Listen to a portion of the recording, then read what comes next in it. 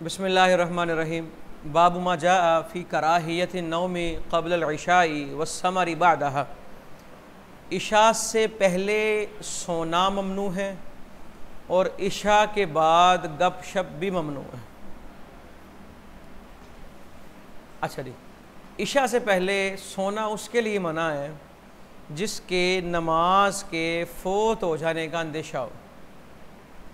Alarm लगा के सोए तो ठीक है, कोई हर्ज नहीं, या किसी को पाबंद करके सोए कि मुझे नमाज के वक़्त बेदार कर देना, फिर भी इशा से पहले सोना मना नहीं। उसके लिए ममनू है जिसके लिए अंदेशा हो कि इसकी नमाज फ़ौत हो जाएगी। और इशा के बाद किस्से कहानियाँ सुनाना मकरूह है। किस्से कहानियाँ सुनाना अगर कोई दीनी उमूर पे गुफ्तगू की जाए, इल्मी बात की जाए, तो इसके अंदर कोई ममानात नहीं है। बल्कि हमारे यहाँ तो सकाफ़त ये बन गई है कि इशा के बाद किस्से कहानियाँ सुनाने को तहज़ीब समझा जाता है। स्टोरियाँ सुनाई जाती हैं, अहादीस सुनाई जाएँ, सहाबा के वाक़यात सुनाए जाएँ, इल्म की बात की जाए, महज गपशप लगाना इशा के बाद ममनू है। इमाम तिरमिज़ी अपनी सनद के साथ बयान करते हैं कि अबू बरज़ा कहते हैं नबी पाक सल्लल्लाहु अलैहि वसल्लम मकरूह कहते थे, समझते थे अन्नौम क़ब्ल अल-इशा वल हदीस बादहा, इशा से पहले सोने को। ठीक है जी। बाब माजा मिन रुख़सत फ़ी समरी बाद इशा, इशा के बाद बातचीत करने की रुख़सत का बयान। उमर इब्न ख़त्ताब रज़ी अल्लाह तआला अन्हु कहते हैं कि नबी पाक सल्लल्लाहु अलैहि वसल्लम हज़रत अबू बकर सिद्दीक़ रज़ी अल्लाह तआला अन्हु के साथ गपशप करते थे मुसलमानों के मामलात के बारे में। व अना माअहुमा, और मैं इन दोनों के साथ था। यानी कि अगर कोई ज़रूरी बात है तो वो इशा के बाद करने में कोई हरज, कोई मीटिंग है उसमें भी कोई हरज, फजूल किस्म की बातें करना इशा के बाद जो है वो ममनू है। अब होता क्या, हमारे यहाँ अक्सर लोग ख्वाबों की शिकायत करते हैं कि डरावने ख्वाब आते हैं या अजीब ख्वाब आते हैं। अब रात 2 फिल्में सो के देख के सोएंगे तो ख्वाब उनको अजीब ही आएंगे ना। वो ख्यालात जहन के अंदर जो होते हैं, ये सारे दिन के जो ओल फोल बातें वो करते रहते हैं, वो माइंड के अंदर चीज़ें जमा होती रहती हैं। फिर ख्वाब में, किसी भी दिन ख्वाब के अंदर वो चीज़ें आया हो जाती हैं। तो फजूल किस्म की गुफ्तगू ममनू है।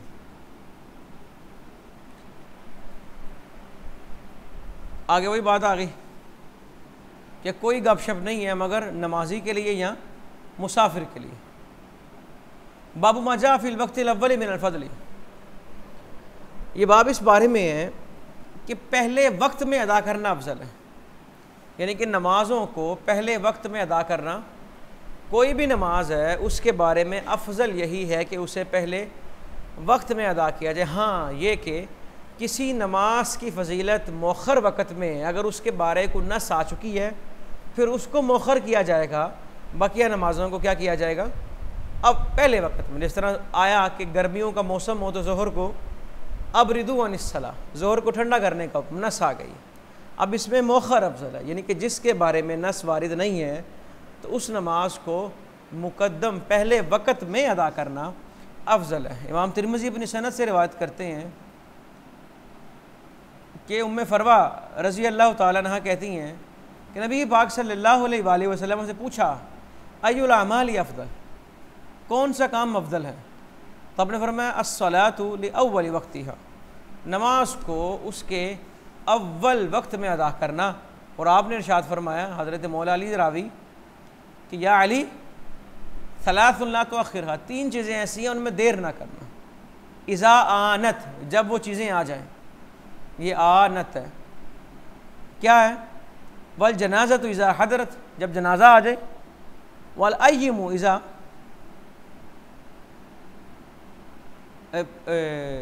अस्सलातु इज़ा आनत, ये अस्सलातु मिस हो गया मुझसे। 3 चीज़ों में देर ना करना, अस्सलातु इज़ा आनत, नमाज में, इज़ा आनत, जब उसका वक्त आ जाए, वल जनाज़ा तो नंबर 2 जनाजा, जब वो आ जाए हाजिर हो, वल अय्यिमु, और वो बेवा, इज़ा वजदता लहा कुफ़अन, जब तुम उसका कोई हम पल्ला ढूंढ लो फिर उस बेवा के निकाह में ताख़ीर ना करना। बेवा औरत का गुनाह में, फ़हुश काम में मुब्तला होने का अंदेशा ज़्यादा है बनिस्बत कवारी के। कवारी जो है उसमें शर्म व हया ज़्यादा है, क्यों? क्योंकि वो मर्द से मानूस नहीं है। बेवा जो है वो मर्द से मानूस हो चुकी होती है। पंजाबी में कहते हैं ना, चाका खुल गया। तो ये इस तरह के मामला होते हैं। तो बेवा का अंदेशा ज़्यादा है गुनाह में मुब्तला होने का, जबकि हमारे यहाँ माशरे में बड़े अफसोस के साथ ये बात कही जा रही है। समझा ये जाता है कि औरत बेवा हो गई है, अब इसने बेवा ही रहना है। अगर इसने शादी कर ली तो लोग क्या कहेंगे? कमाल है, अल्लाह ने उसे हुक्म दिया है, रसूलुल्लाह सल्लल्लाहु अलैहि वसल्लम का दीन उसे इजाज़त देता है कि अपनी इद्दत पूरी करके वो जहाँ चाहे निकाह कर ले, तो उसे निकाह कर लेना चाहिए। बेवाओं को दर दर की ठोकरें खाने की बजाय निकाह कर लेना चाहिए। अगर हम छांटी करके देखें तो हमें बहुत अच्छी खासी तादाद इस बात की मिलेगी कि बेवा जो है वो औरतें अपना पेट काटने के लिए, बच्चों की परवरिश के लिए गलत काम करने पर आमादा हैं कि लोग उनकी मदद नहीं करते।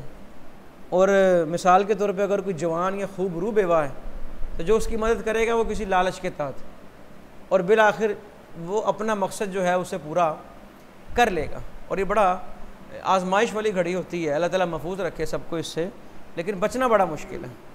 अगर कोई नौजवान खूब रू बेवा की माली मुआवनत कर रहा है तो एक दफ़ा करेगा, दो दफ़ा उसे पैसे लेने का चस्का पड़ जाएगा, तो शैतान आके दरमियान में हाइल होगा और वो ख्वाहिश का इज़हार करेगा और औरत मजबूर होगी। या कई दफ़ा औरत पैसे लेने के लिए इस तरह के मामला करेगी, हीले बहाने करेगी। अल-मुख्तसर ये कि बड़ा मुश्किल दौर है, बिलखुसूस शहर में रहते हुए ऐसी बेवा जिसका खामन को वरासत नहीं छोड़ के गया, उसकी मैं बात करूँ। हाँ, और अगर खामन बेशुमार वरासत भी छोड़ के गया है फिर भी उसका निकाह कर देना चाहिए, क्योंकि वरासत से उसकी दुनियावी ज़रूरियात पूरी होंगी, जिस्मानी ज़रूरियात उसकी पूरी नहीं होंगी। तो इसलिए उसका भी निकाह कर देना चाहिए और उसे चाहिए कि वो निकाह करे। पता है ना, निकाह उन पे फ़र्ज़ है जिन्हें ये यकीन हो कि वो बुराई में मुब्तला हो जाएंगे, और निकाह की सलाहियत भी हो, कुदरत भी हो, उन पे फ़र्ज़ हो जाता है। और जिसे अंदेशा हो उस पर वाजिब है, जिसके लिए कुछ ना हो उसके लिए मसनून है। निकाह सुन्नत है लेकिन हर एक के लिए नहीं, किसी के लिए वाजिब हो जाता है, किसी के लिए, और किसी के लिए निकाह हराम है। पता ना किसके लिए हराम है? जो ऐनीन हो,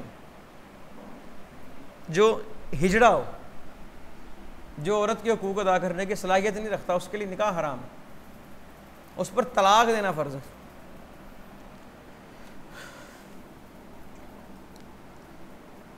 हज़रत इब्न उमर से मरवी कि नबी पाक सल्लल्लाहु अलैहि वसल्लम ने फरमाया, अल वक़्तुल अव्वलु मिनस्सलाति रिदवानुल्लाह, नमाज को पहले वक़्त में अदा करना ये अल्लाह की रज़ा है, और आखिरी वक़्त में अदा करना अल्लाह की मुआफ़ी है।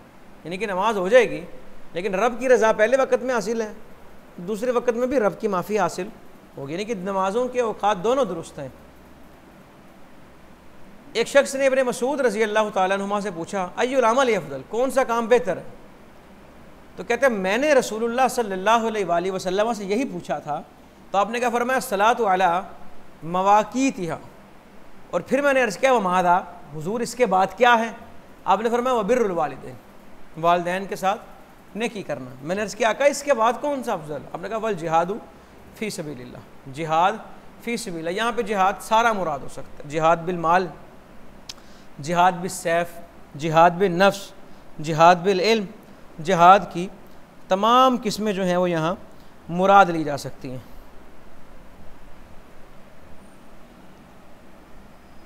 आगे वही बात हज़रत आयशा रज़ी अल्लाह ताला अन्हा कहती हैं कि मा सल्ला रसूलुल्लाह सल्लल्लाहु अलैहि वसल्लम सलातन लिवक्तिहल आखिर मर्रतैनी हत्ता क़बदहुल्लाह, क्या आपने आखिरी वक़्त में सिर्फ 2 नमाज़ें पढ़ी, वरना आपने जब भी नमाज अदा की है तो अव्वल वक्त में अदा की। यकीनन ये हज़रत आयशा रज़ी अल्लाह ताला अन्हा उन नमाज़ों की बात कर रही हैं जिनमें इन्होंने आपको देखा है नमाज़ पढ़ते। हर नमाज में साथ नहीं थी, हर जगह साथ कि सफ़र है, हज़र है, 100 मामलात हैं।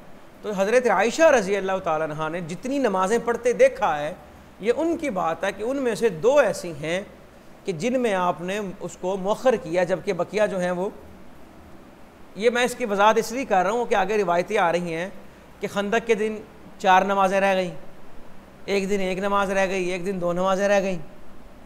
तो फिर आप कहेंगे जी वो तो नमाज रह गई, इसका मतलब है उसको अगली नमाज के वक़्त में पढ़ा कज़ा करके, वो तो आखिरी वक़्त से भी मौखर हो गई, और यहाँ आया सिर्फ 2।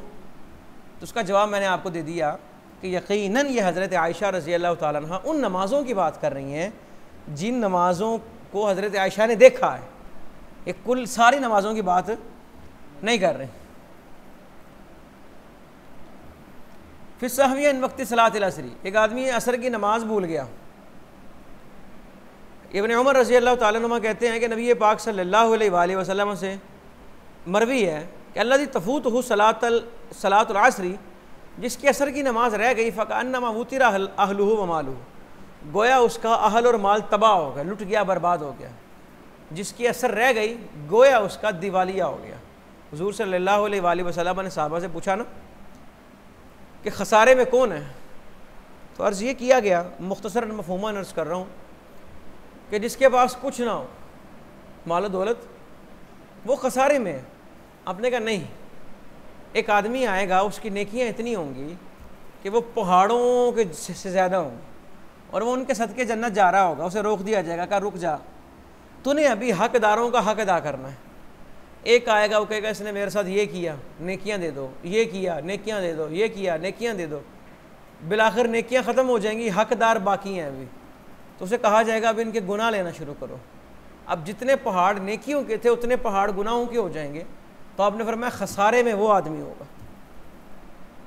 समझ आई ना? तो यहाँ पे देखिए, असर की नमाज जिसकी रह गई तो उसने अपना, उसका तबाह हो गया, क्या अहल भी और बीवी बच्चे लुट गए और उसका घर बार लुट गया।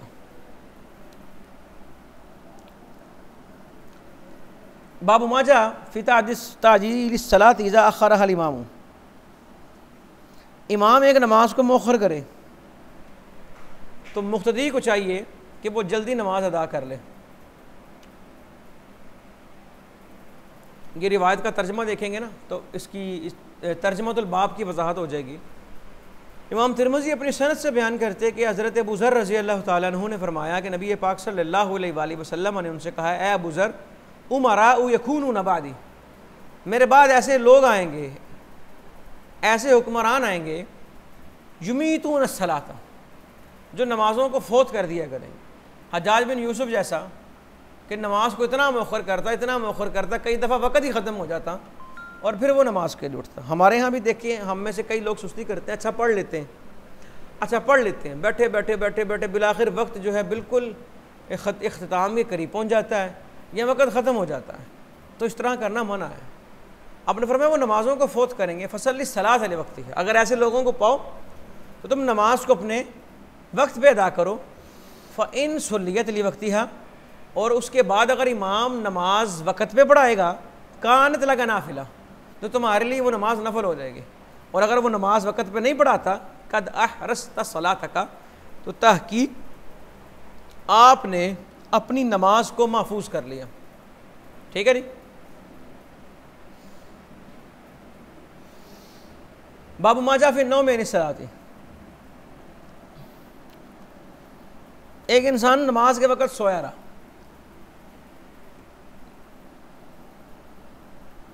आइमा सलासा कहते हैं अगर इंसान सोया रहा और बेदार हुआ तो ममनू वक्त था, ऐसा वक्त जिसमें नमाज पढ़ना जायज़ ही नहीं है। तो ऐसी सूरत में बेदार होने वाला जैसे ही बेदार होगा नमाज अदा कर लेगा। इमाम साहब कहते हैं नहीं, ममनू वक़्त में नमाज अदा नहीं करेगा, ममनू वक्त में नमाज अदा नहीं करेगा।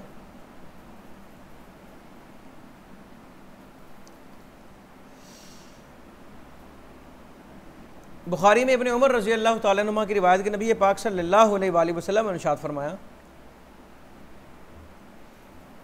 कि जब सूरज तुलू होना शुरू हो जाए फिर नमाज नहीं है, हत्ता कि वो अच्छी तरह बुलंद हो जाए। इसी तरह सूरज गुरूब होने के वक़्त नमाज नहीं है, हत्ता कि वो अच्छी तरह गुरूब हो जाए। यानी कि ममनू, इसका मतलब क्या है कि अगर किसी ने ममनू वक्त को पाया तो उसमें नमाज नहीं पढ़ेगा, वो वक़्त गुजरने के बाद जो है वो नमाज अदा करेगा। देखिए हज़रत अबू कतादा रज़ी अल्लाह ताला अन्हुमा से मरवी, वो कहते हैं ज़करुल नबी सल्लल्लाहु अलैहि वसल्लम नौमहुम अनिस सलाती, हुज़ूर सल्लल्लाहु अलैहि वसल्लम से ना जिक्र किया अपनी नींद का नमाज से, यानी कि नमाज बंदा सोया रहा और नमाज का वक्त आ गया। हमने फरमाया इन्नहु लैसा फी नौम तफरीतुन, जो सोया रहा उस पर कोई गुनाह नहीं है। इन्नमा तफरीतु फिल यक़ज़ा, गुनाह तो उस पर है जो जाग रहा था और नमाज नहीं पढ़ी।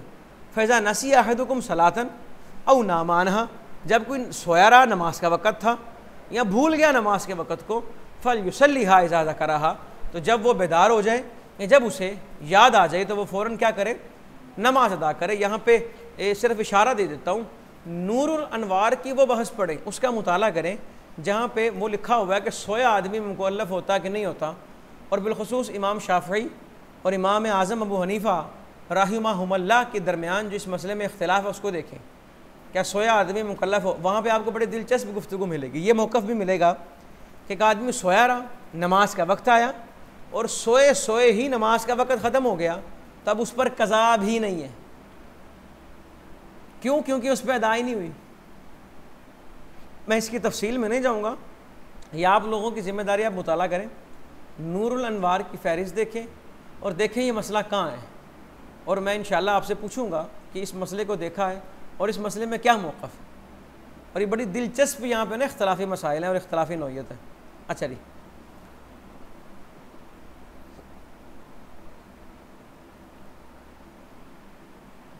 ये इस हदीस से ना इज़ा ज़करा से अइम्मा सलासा इस्तेदलाल करते हैं कि यहाँ मुतलक रखा कि जब उसे याद आए वो नमाज अदा कर ले। तो हम कहते हैं ये उस वक़्त है जब वो ममनू वक्त में ना हो।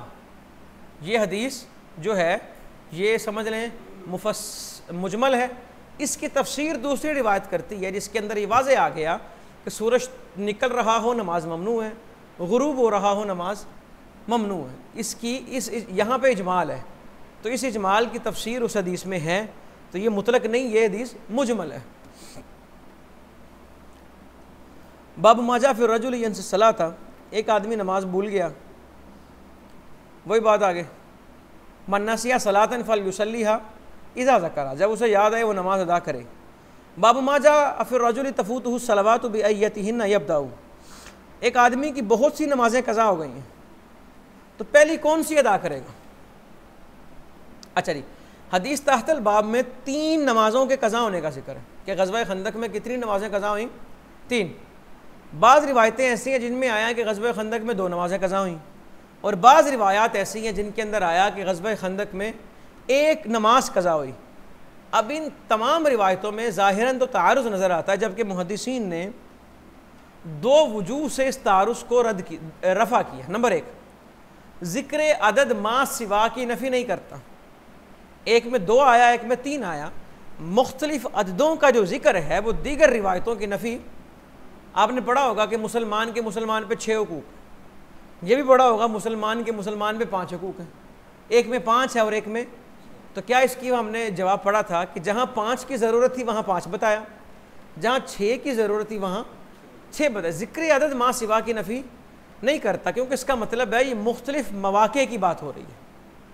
अगर मुख्तलिफ रिवायात में मुख्तलिफ तादाद का जिक्र है तो इसका मतलब है ये मुख्तलिफ वाक़यात हैं। अच्छा, दूसरी वजह, खंदक की तैयारी में बहुत से दिन लगे, चंद दिन लगे। एक दिन 3 नमाजें कज़ा हुई, एक दिन 2 हुई और एक दिन 1 हुई। तो जिस दिन 1 का जिक्र है वो कोई और है, जिस रिवायत में 2 नमाज़ों का जिक्र है वो किसी और दिन की बात है, और जिस रिवायत में 3 नमाज़ों का जिक्र है ये किसी और दिन की बात है। अच्छा जी, अब रही बात एक आदमी की चंद नमाजें रह गई हैं, तो तरतीब उसमें वाजिब है कि नहीं।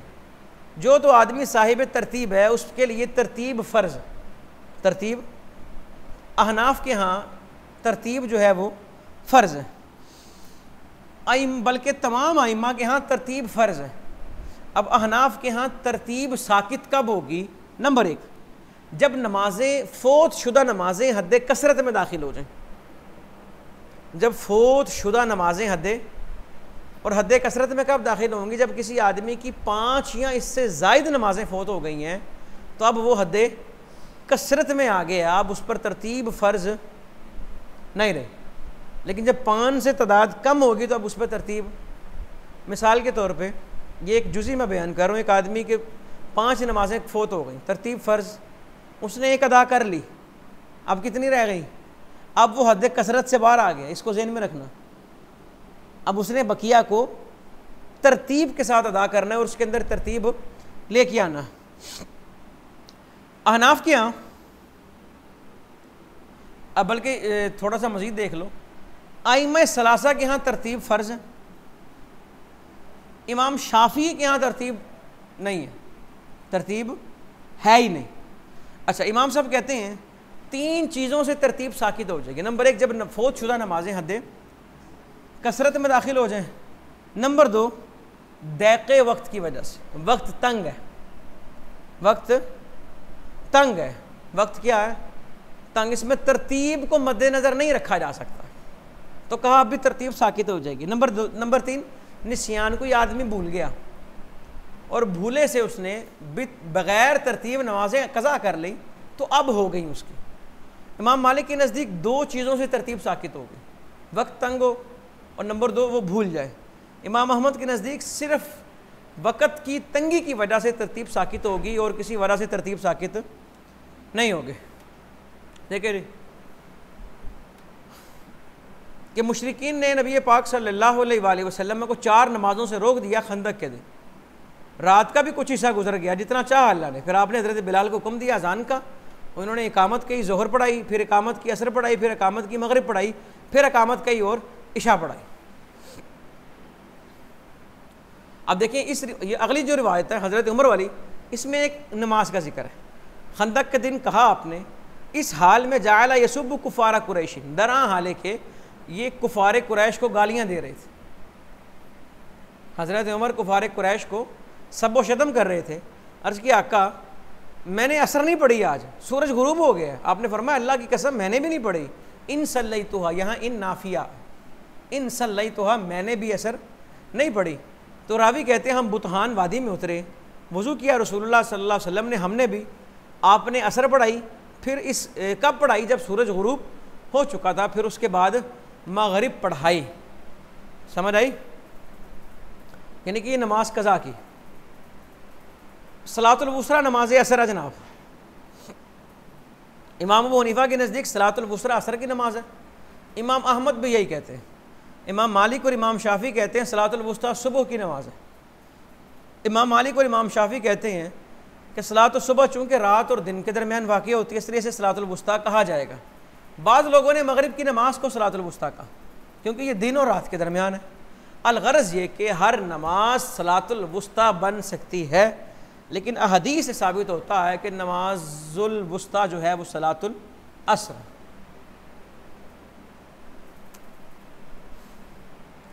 देखिए सलातुल वुस्ता सलातुल असरी।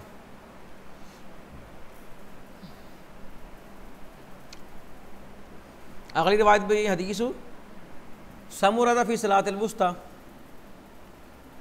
और ये हज़रत आयशा से रिवायत सलातुल वुस्ता सलातुल ज़ुहरी, फिर इब्ने उमर से सलातुल वुस्ता सलातुल सुबह। बाबू मजाफ़ी कराहियत सलात बादल असरी व बादल फजरी, असर और फजर के बाद नफल पढ़ना ममनू है, फ़र्ज़ अदा किए जा सकते हैं। कज़ा नमाज़ें अदा की जा सकती हैं, नफल अदा, इसको ज़हन में रखना। फजर के बाद और असर के बाद कज़ा नमाज अदा की जा सकती है, फ़र्ज़ अदा नहीं किए जा सकते। असर के बाद अगर जनाजा आया तो वो अदा किया जा सकता है। और इस रिवायत में जो ममनू है वो नफलों की बात हो रही है, फ़राइज़ की बात नहीं हो रही। कि नबी पाक सल्लल्लाहु अलैहि वसल्लम ने फ़जर के बाद नमाज से मना किया हत्ता ततलुअ शम्स, यहाँ तक कि सूरज तुलू हो जाए, और असर के बाद मना किया हत्ता कि सूरज गुरूब हो जाए। असर के बाद नमाज पढ़ना जायज़ नहीं, नफल जायज़ नहीं, फ़र्ज़ जायज़ है। रिवायत में आएगा, देखें कि नबी पाक सल्लल्लाहु अलैहि वसल्लम ने ज़ोहर की नमाज अदा की, नहीं, हुज़ूर सल्लल्लाहु अलैहि वसल्लम ने असर के बाद 2 रकअतें अदा की। क्यों? क्योंकि एक माल गनीमत आया और उस माल ने 2 रकअतें अदा करने से आपको मशगूल कर दिया ज़ोहर के बाद वाली।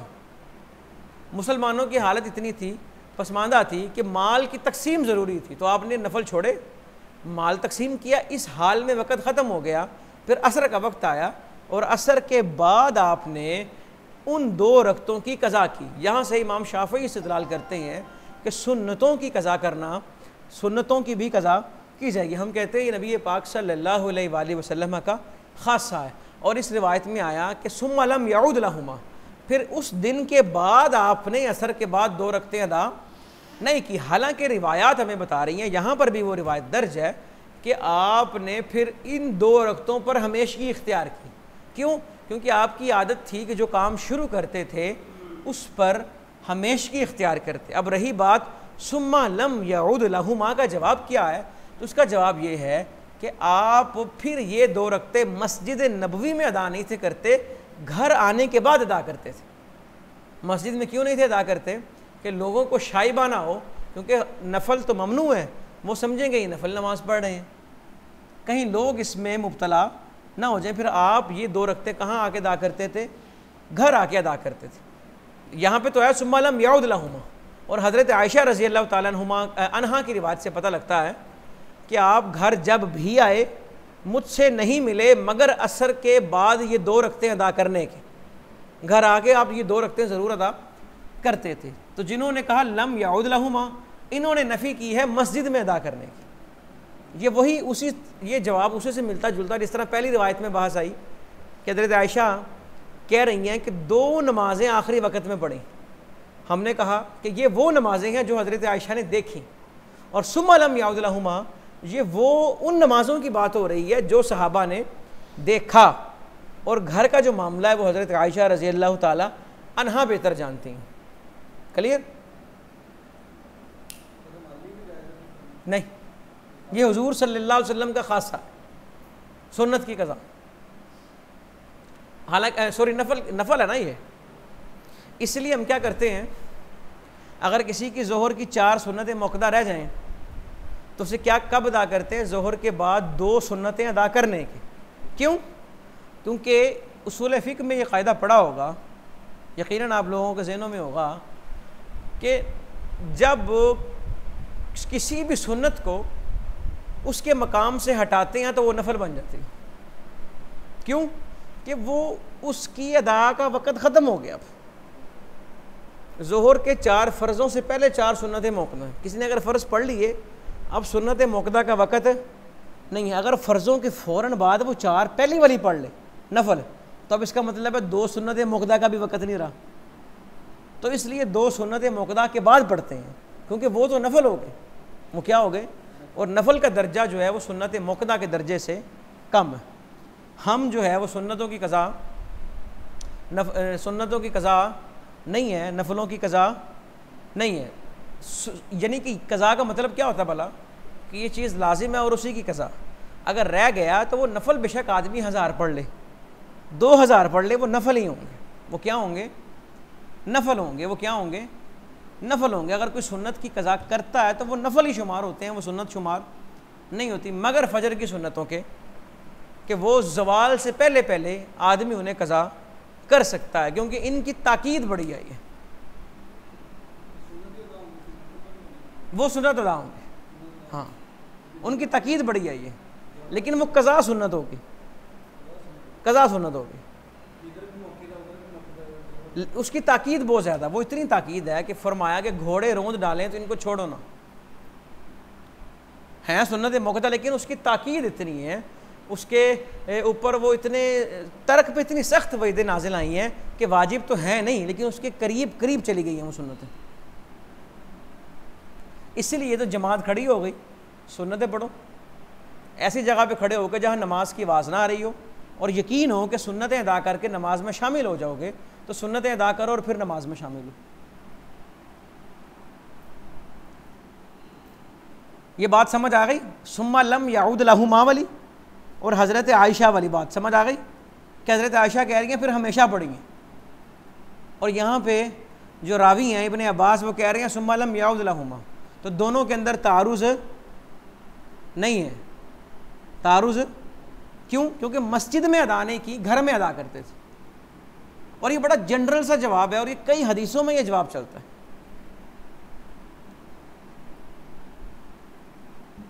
बाबू माजा फी सलाती क़ब्ल मगरिब, मगरिब से पहले नफल अदा करना।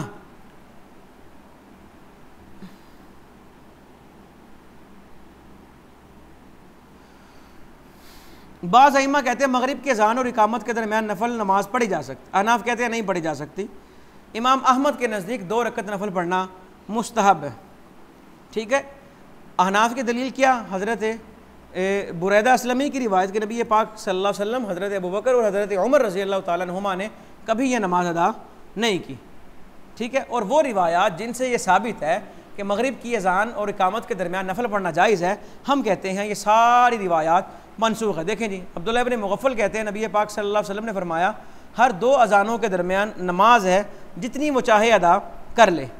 2 अज़ानों का मतलब, पहली अज़ान का मतलब एक अज़ान और दूसरी अज़ान का मतलब इकामत है। अज़ान और इकामत के दरमियान नफल है, वो चाहे तो अदा कर ले।